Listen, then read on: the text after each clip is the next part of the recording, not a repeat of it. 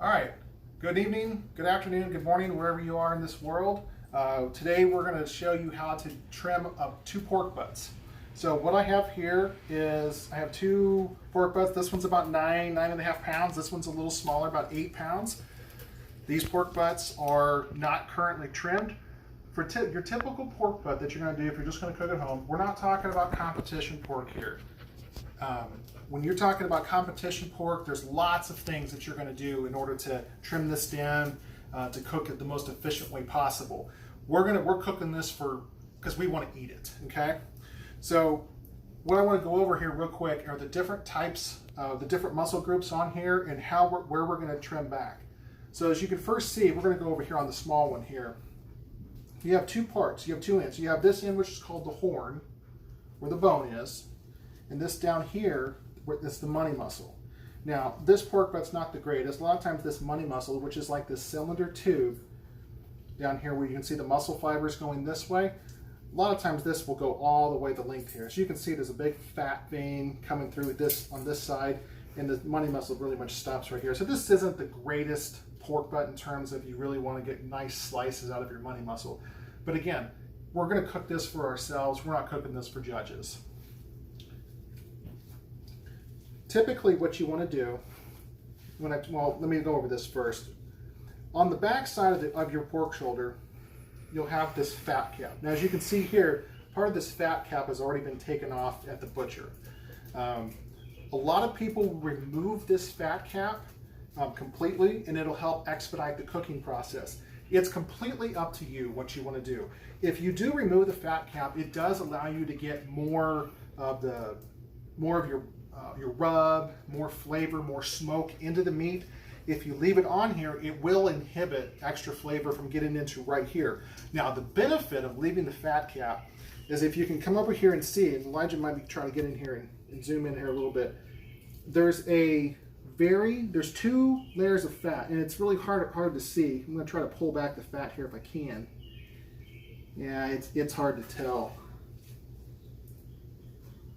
You'll just have to take my word for it. But if you can see this meat right here, where it's red, and this is the white fat, this layer of meat right here, there's another layer of fat underneath it. This is what all of us barbecue aficionados, what we refer to as the bacon. This is some of the best tasting meat on the pork butt. Now, there's very little of it because it's between 2 layers of fat, but that's what makes it so good. That's where it gets a lot of its flavor. So this meat right here is just going to it's going to be really hard, really crispy when we're done cooking it because the meat's exposed. But this meat underneath this fat will not be exposed. I have another video here on YouTube and I show how I take that fat off after the cooking process and what that tastes like. So be sure to check out that. I'll put the link in the description below. What we're going to do though is I'm going to leave this on though because I really like that bacon. I like what we call the bacon. I like the flavor of it, and we're going to get a lot of extra flavor from our injection and from the rub on the rest of the side of the meat that we don't need to take this off. That's just my personal preference. You do you though. If you want to take it off, feel free to take it off. The second thing we're going to do now is we're going to just look for areas of fat that are really hard. Like this right here, we're definitely going to take this off. So you just want to kind of cut yourself a little notch, and whenever possible, cut away from yourself.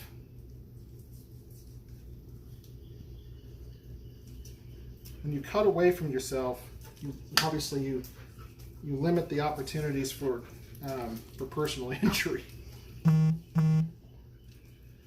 Sometimes it's easier to cut towards you because you have better control over it. But again, just when you're using a knife, always be careful. Cut yourself a little notch here. I'm going to take off some of this edge just to get some of that hard fat on the edge off. That's okay. This here is really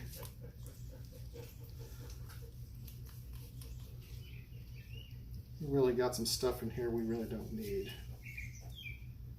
This stuff's going to be hard to render out. Whenever you hear someone say render out, what that means essentially, that means how long it takes for the fat to basically melt and to become liquefied. And this stuff that's really, really dense and really hard, it's going to take a long time to render. The fat like this right here, where it's really bouncy and kind of rubbery, that'll burn out really easily, and it'll render really nice. This right here is really spongy fat. We're going to leave that there. We're not going to take that off. And actually, I made a liar myself. We are going to take just a little bit of this off, just to kind of clean it up just a little bit. But for the most part, you want to leave a lot of that on there. You don't want to dig in here and dig out that fat. One thing you do want to do though is, you have this crevice here on a pork butt. Take your knife, let the knife do the work, okay? Just kind of separate that fat. And you can see where the different muscle groups are here. Get down in here, and the bone, the horn, the bone's right there, the shoulder blade, or the shoulder bone. I don't know if it's a shoulder blade or not, but so then open it up so it's like this. It'll naturally want to open up anyway. Now a lot of this is that the silver skin. You do want to take this off if you can get it. It's kind of tricky. It doesn't want to come off very easily just because it's, and if you start cutting into meat, it's okay a little bit. Just readjust your knife when you start cutting into red.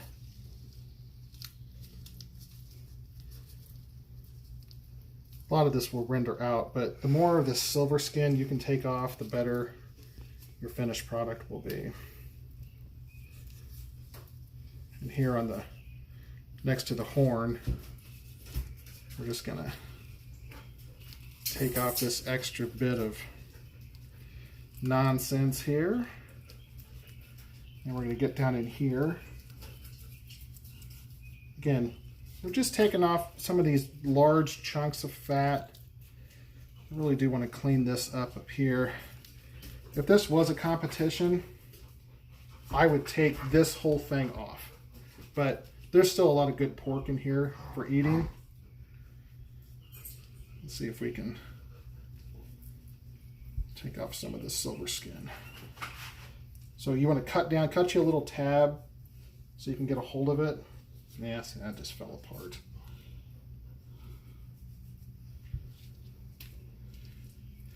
I'm just going to leave that on there.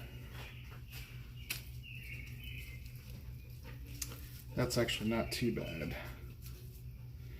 And anywhere else, I'm just going to score it.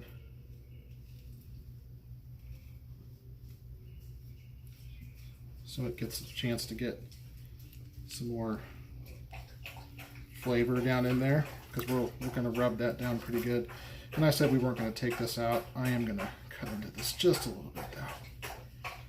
This is a little bigger chunk of wedge of fat than I thought. There we go. And that's pretty much it. Again, this is a very simple trim. And I said I'm going to do that. You know what? We are going to take that off. Look at that. Makes it look a lot better. That'd be some chewy pieces anyway. This is what your finished product, if you're just going to cook at home, what you want it to look like, okay? Again, if you want to take this fat cap off here, again, cut yourself a tab, cut underneath here, you'll remove, you're going to probably try to keep this layer of meat on, but you'll probably end up taking a lot of it off. Again, I'm going to leave this on just because I like the meat underneath there. So that's what your finished product's going to look like. Now let's come over here and take a look at this bigger one.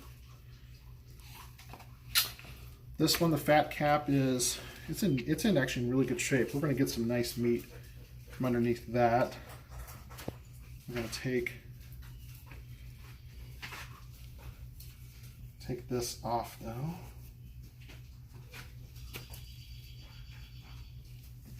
And we got some hard edges here. Now let's turn it back over. So this one's got a little, when I say dirtier, it's just a little, it's got more, just more stuff we're going to clean up here on the front end.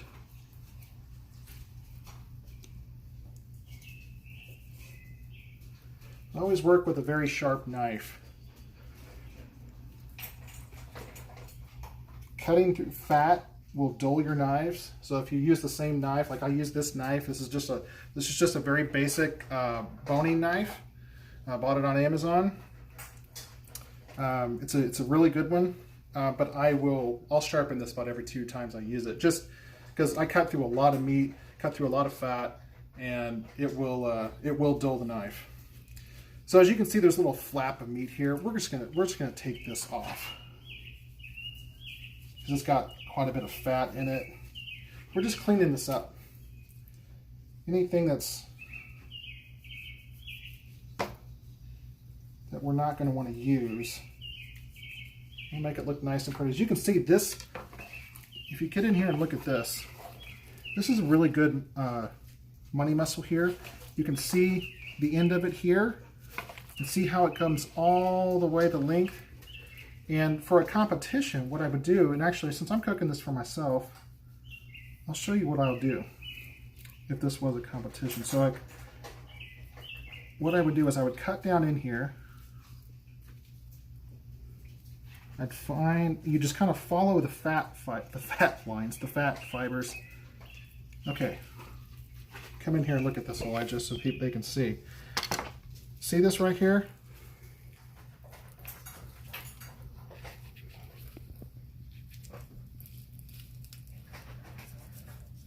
I just kind of separated it out. There's your money muscle.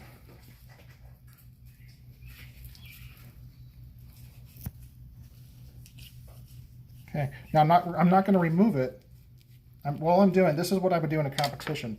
I would isolate it though, because this will now cook faster. And so when this is ready to be done, when it's at the desired temperature I want, I'll cut this off and hotbox it while this finishes. Because this is where you get your really nice presentation from the money muscle that you want to cut into medallions for your judges. Again, I'm cooking this for myself, but I showed that there to you. You can do this at home too, just to practice. Again, this is one of the most tender parts of the pork shoulder. And as you can see, as long as you just separate it out there, if you come back over here and look at this one, I would have a much harder time on this pork shoulder because the money muscle tapers off. I could get back in here. Again, here's your fat line you'd want to follow if I wanted to pull this out. But again, it kind of trails off here and stops. This one's in much better condition. It runs the entire length of the entire pork shoulder here. Matter of fact, that is really, really beautiful. It's kind of messy here, but I would still use that for a competition. Again, now just like we did on this other one, we got some really interesting fat groups going on here. So we're going to cut down in here to this crevice, separate these out. As my cutting board is jumping all over on me.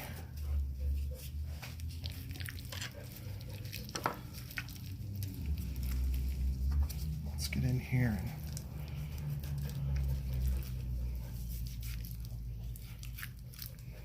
You can probably hear my dog panting around and eating her dinner.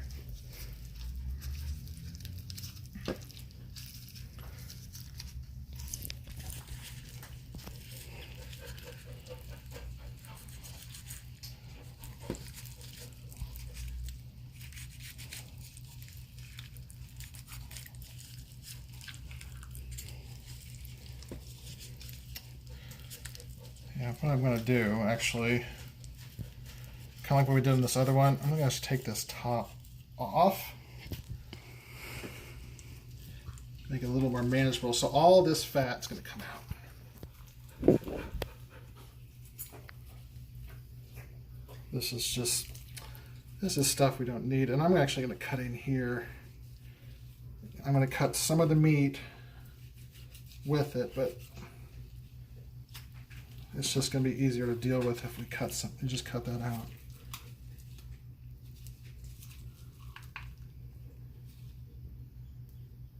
Okay.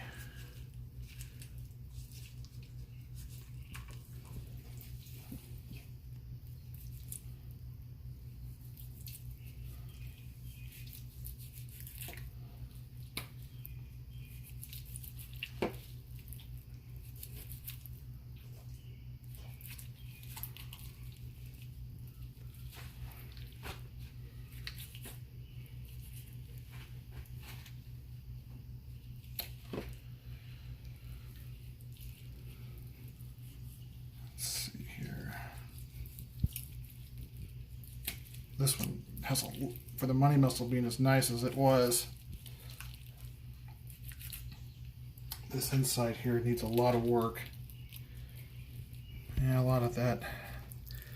I would like to get in there if I could, but I don't think I'm going to be able to. Like I said, most of this will render out, but there's so much fat in the middle of the muscle fibers.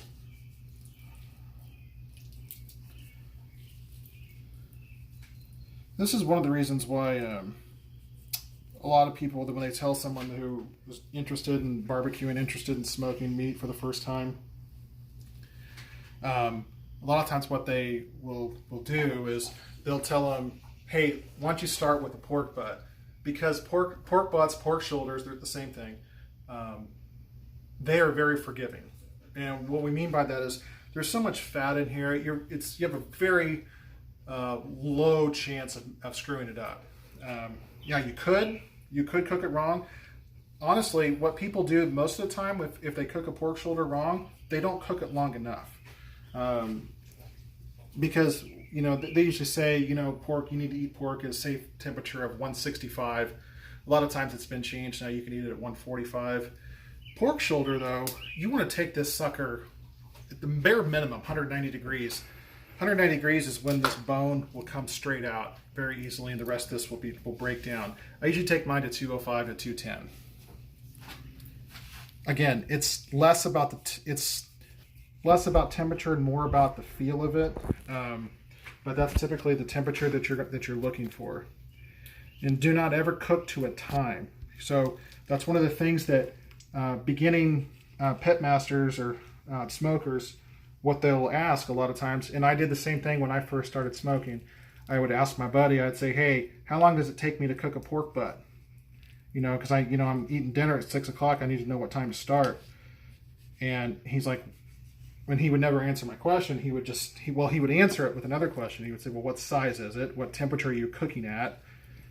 And, you know, based on that information, he could give me some guidelines. But you always want to cook with an internal temperature in mind, but you want to look at the texture. Like there's two different processes when you're cooking pork. You have your first part where you're going to get all your smoke on it, and the next part of it is you're going to wrap it so it can expedite the cooking process when it's done taking on smoke. A lot of times I will cook this pork butt in about 7 hours is what it'll take me, 6 to 7 hours. And usually about half of it is unwrapped, the other half of it is wrapped. So when do you wrap? Some people will say you wrap at 150 degrees. Some people say 160 degrees. Some people say 130 degrees. I say when it's a dark mahogany red color and it's got a nice crust, that's when I wrap. Sometimes it's 120, sometimes it's 150. So careful with your hand there, Elijah. Just went over the camera.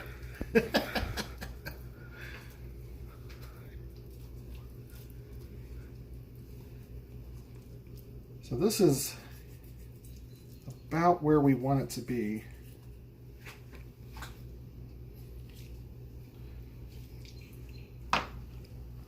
So that's kind of how you want to trim it up. Again, all this, you can clean this up, the silver skin, take a little bit more of this off if you want. Man, see, that's really tough. Cut you a notch. Cut down into it. Whoops, cutting into meat there. If you start cutting into meat, just readjust your blade. Yeah, what I'm going to do is I'm just going to score this. That'll help with the. It'll help it render out a little easier. Get some rub down in there. Okay. The next thing we're going to do is, I'm not going to show this on the video, but what I do use is I use this product called Smoke on Wheels. It's a very simple injection. You just put it into your injector and inject. And you want to inject as much of this as possible. I'll usually put maybe 1.5 to 2 cups of injection into like an 8 to 10 pound pork butt.